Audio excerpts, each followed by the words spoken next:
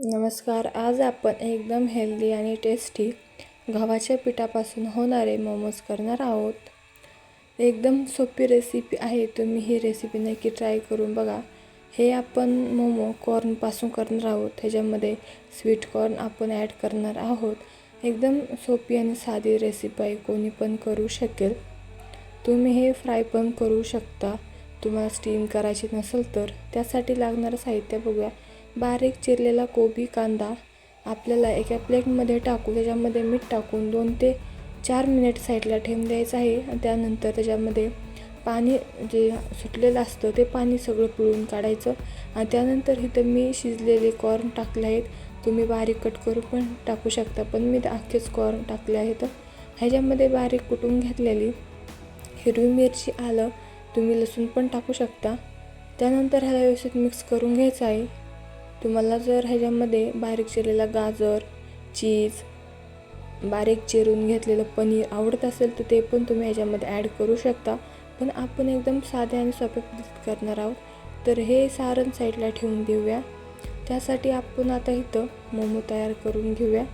तर इथं आपण चपातीसाठी जे कणिक मळतो तीच कणिक आहे. एकदम घट्ट अशी टाईट डो आपल्याला इथं करून घ्यायचा आहे. तर थोडासा बारीक आपला उंडा घेऊन अशा प्रकारे पोळी लाटून घ्यायची छोटीशी. एक पुरी तयार झाली. एकदम पातळ करायची आहे, खूप जाड नाही ठेवायची. एकदम जाड जर ठेवली तर स्टीम व्हायला टाईम लागतो आणि खाता वेळेस जास्त कच्ची लागते. त्याच्यामध्ये आपण जे सगळं बनवून घेतलं होतं ह्याच्यामधली स्टफिंग, ती स्टफिंग ह्याच्यामध्ये आता आपण 1 ते 1.5 चमचे इतकं टाकून देऊया. एकदम कमी हवं असेल तर कमी पण टाकू शकता. अशा प्रकारे आपली एक प्लेट अशी पाडत जायची आहे. हाताला तेल किंवा पीठ लावू शकता. नाही लावलं तर हाताला कणिक चिटकल. जर तुम्हाला मैद्यापासून करायचं असेल तर तुम्ही ह्याच्या जागी मैदा पण वापरू शकता.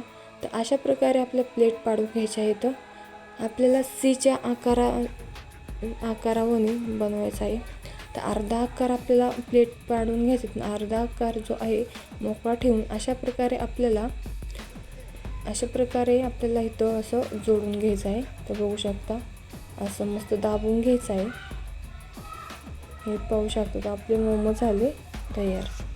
तुम्हाला जर हे असे नाही जमले तर तुम्ही मोदकचा पण आकार देऊ शकता. सगळे मी इथं असे मोमो तयार केले.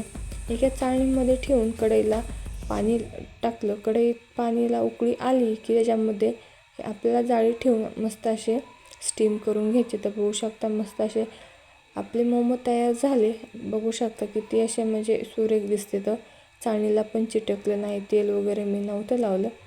आणि बघू शकता कसं कलर पण भारी. तुम्हाला हा व्हिडिओ कसा वाटला मला नक्की सांगा.